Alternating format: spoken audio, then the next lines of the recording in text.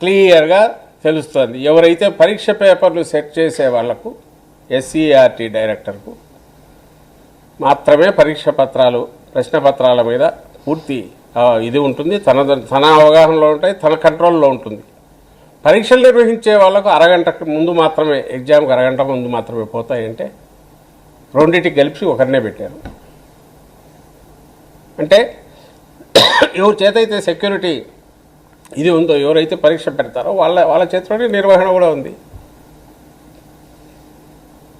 అలాగే ఎవరైతే మెరిట్ లిస్ట్లో టాప్ వచ్చినాడో ఆ మెరిట్ లిస్ట్ కరెక్ట్ చేసి మళ్ళీ సెకండ్ మెరిట్ లిస్ట్ ఇచ్చారు. దాని గురించి కిమ్మను మాట్లాడరు. ఆ టాప్ వచ్చిన అతను ఎవరు? అవుట్ సోర్సింగ్ ఎంప్లాయీ ఎస్సీఆర్టీలో, అంటే క్వశ్చన్ పేపర్ సెట్ చేసే దగ్గర. అది కూడా ఎట్లా తెలిసింది? ఆయన కోర్టుకు పోతే తెలిసింది. లేకపోతే బయటకు గప్చుప్ ఎక్కడా కనపడకుండా మెరిట్ లిస్టు పెట్టేసి మార్చేశారు. ఎక్కడైనా ఇంతవరకు జరిగిందా? దీనికి సంజాయిషి ఇవ్వాల్సిన అవసరం ఉందా లేదా ప్రభుత్వం? ఎందుకు ఇవ్వట్లా? తర్వాత మెరిట్ దీనికి సంబంధించిన లిస్టు తర్వాత ఫైనల్ సెలెక్షన్ లిస్ట్ వచ్చింది తప్ప మధ్యలో ఎవరెవరిని షార్ట్ లిస్ట్ చేసి 1:1 సెలెక్ట్ చేశారో పెట్టలా. ఎందుకు పెట్టలా? పర్సన్ టు పర్సనే మెసేజ్ పంపించారు. ఎందుకంటే పరీక్ష లేకుండా తీసుకునే వాళ్ళు ఉన్నారు, ఆ విషయం బయట ఎక్కడా పొక్కకూడదు. మరి దానికి ఆన్సర్ ఇవ్వాలిగా, ఇవ్వట్లా. అలాగే లీక్ అయింది అనడానికి కృష్ణా జిల్లాలోని ఒక కోచింగ్ సెంటర్తో సంబంధం ఉండే వ్యక్తి డెప్యుటేషన్ మీద ఎస్సీఆర్టీలో ఉన్నాడని బయటపడింది.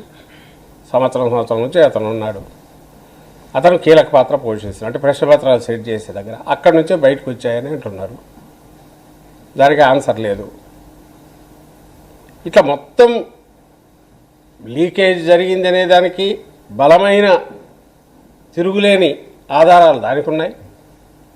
స్పోర్ట్స్ కోటాలో అయితే ఎప్పుడైతే స్పోర్ట్స్ కోటాలో ఫ్రీగా అర్హత ఈ పరీక్ష లేకుండా డిఎస్సి పరీక్ష లేకుండా ఇవ్వచ్చు అన్నారో, దానిలోకి ఎక్కడెక్కడి నుంచో వచ్చే వాళ్ళందరికీ ఉండవు కాబట్టి ఫేక్ సర్టిఫికెట్ వచ్చేసాయి. ఎంపీ ఇచ్చిన సర్టిఫికెటు, అతను ఏదో సాఫ్ట్ బాలో జూడోను, ఇంకొక ఎమ్మెల్యే టీడీపీ ఎమ్మెల్యే, ఇద్దరు టీడీపీకి చెందిన వాళ్ళే, వాళ్ళు ఇచ్చినవి. ఇవన్నీ ఒకదానికి ఇవన్నీ ఉన్నాయి, కనపడుతున్నాయి కళ్ళ ముందు. వాటితో సాక్ష్యాలతో సహా అయింది. ఇంకా ఘోరం, ఎప్పుడైతే ఇవి బయటకు వచ్చాయో ఆ సర్టిఫికెట్లలో కూడా మళ్ళీ ట్యాంపర్ చేసి మార్చారు. ఒక వ్యక్తికి ఫైనల్ సర్టిఫికెట్ ఈ బేసిస్ మీద ఇచ్చామన్న దానికి సపోర్టింగ్ డాక్యుమెంట్ వేరే వ్యక్తిది పెట్టారు.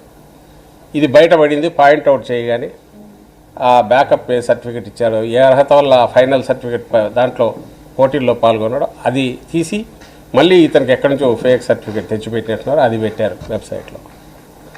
కానీ మెయిన్ దాంట్లో డేటాలో మాత్రం తీయడం మర్చిపోయారు, అది అట్లాగే ఉంది, దొరికిపోయారు. అంటే ఒక తప్పును కవర్ చేయడానికి తప్పు మీద తప్పు చేస్తూనే ఉన్నారు తప్ప ఎక్కడ కూడా దీని గురించి ఇదిగో మీకు అందరికీ అనుమానాలు ఉన్నాయి కదా, ఇదిగో మేము ఎంక్వైరీకి వేస్తున్నాం అని ఎందుకు అనలేకపోతున్నారు? నిజంగా కింది స్థాయిలోనో ఎక్కడో సిస్టంలో ఉండే లోపాల వల్లనో జరిగితే చేసేవాళ్ళేమో. ఎప్పుడైతే పైనుంచి ఉన్నారు కాబట్టి టాప్ లెవెల్లో, అంటే దానికి నిర్వహిస్తున్న విద్యా మంత్రిత్వ శాఖను చూస్తున్న లోకేష్ దగ్గర నుంచి ఉంది కాబట్టి ఇంకా ఎక్కడ సందు ఇచ్చినా నిర్రేగన ఒకటి కిందది పెడితే మొత్తం బయటికి ఒప్పుకోవాల్సి వస్తుందేనో అడ్డంగా.